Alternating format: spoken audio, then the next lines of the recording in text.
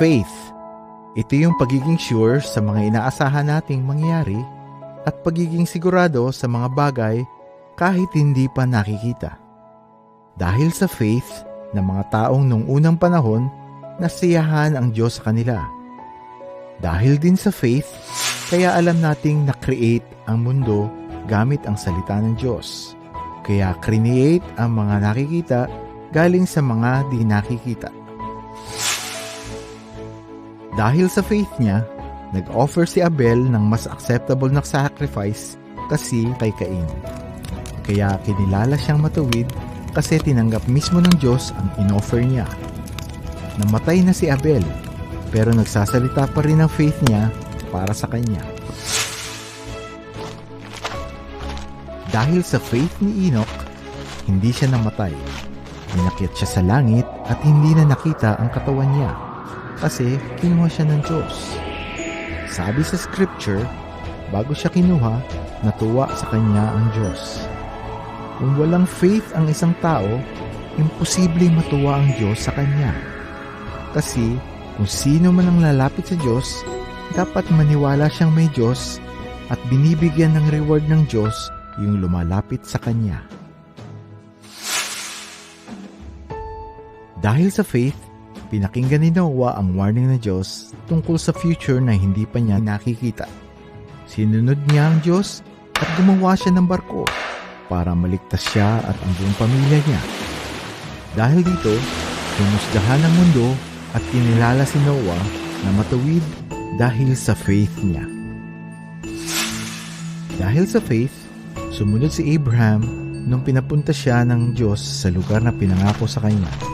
Iniwan niya ang bansa niya kahit hindi niya alam kung saan siya pupunta.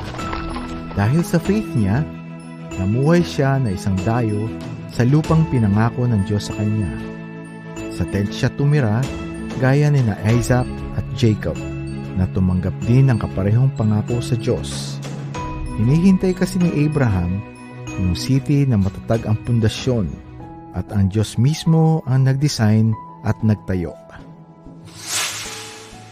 Dahil sa faith, nagkaanak si Abraham kahit matanda na siya at hindi kaya magkaanak ni Sarah.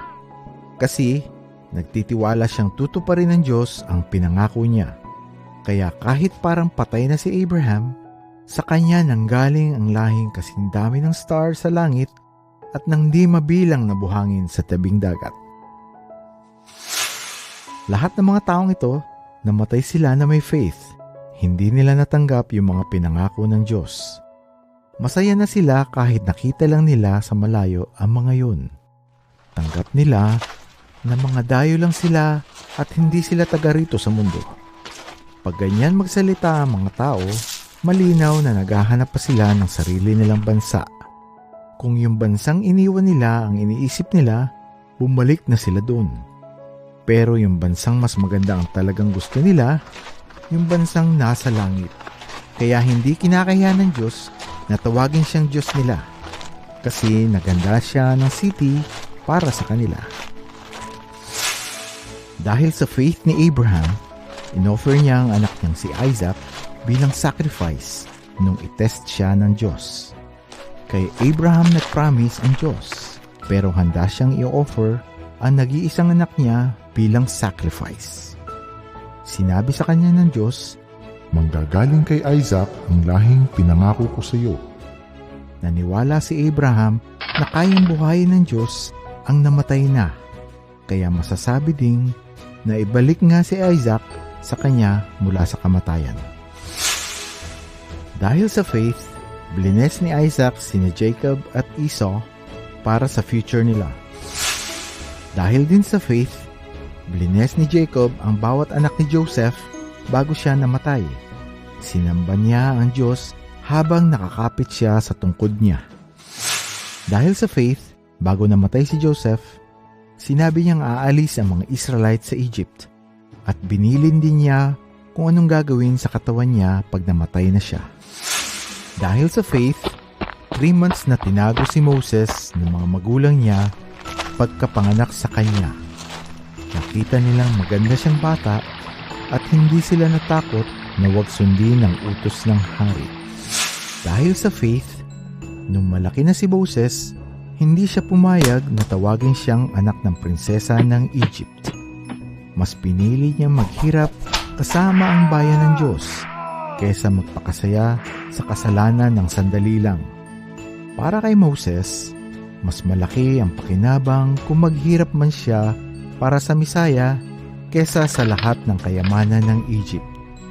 Kasi nakafocus siya sa reward sa future. Dahil din sa faith, nagawang iwan ni Moses ang Egypt. Hindi siya natakot sa galit ng hari.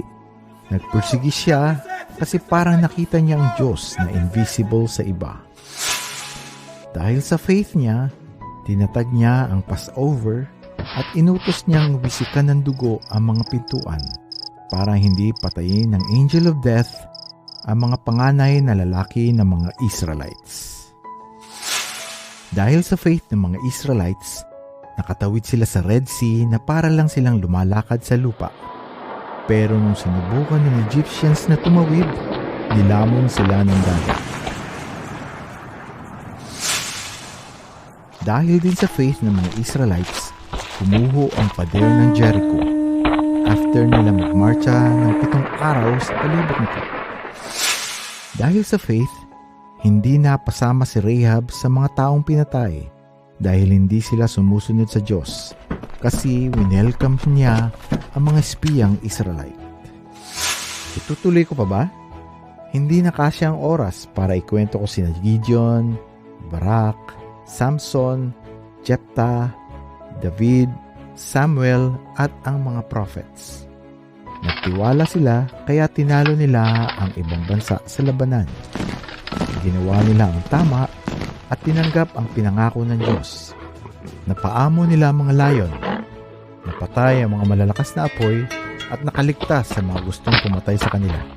Mahihina sila dati pero lumakas sila. Naging malakas sila sa labanan at tinalo ang mga army ng mga ibang bansa.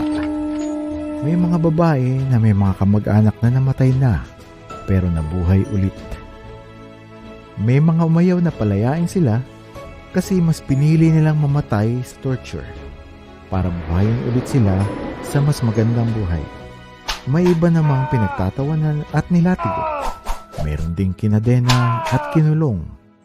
Pinagbabato sila, nilagari at pinatay gamit ang espada. Nagpagala-gala silang suot ang mga balat ng tupa o kambing. Naging pulubi sila, inapi at pinahirapan. Hindi deserve ng mundo ang mga mabubuting taong ito. Sila na nagpagala-gala sa mga desert at sa mga bundok. Tumira sa mga kuweba at mga hukay sa ilalim ng lupa. Dahil sa faith nila, nag-iwan silang lahat ng magandang record. Pero hindi nila natanggap ang pinangako ng Diyos kasi may mas magandang plano ng Diyos para sa atin.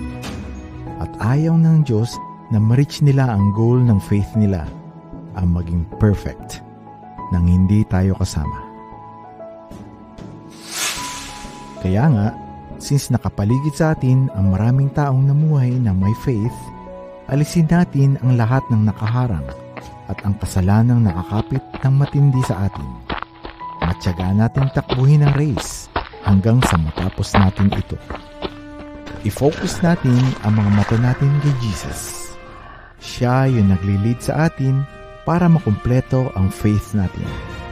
Tiniis niya ang kahihiyan na mapako sa krus kasi alam niyang magiging masaya siya sa huli.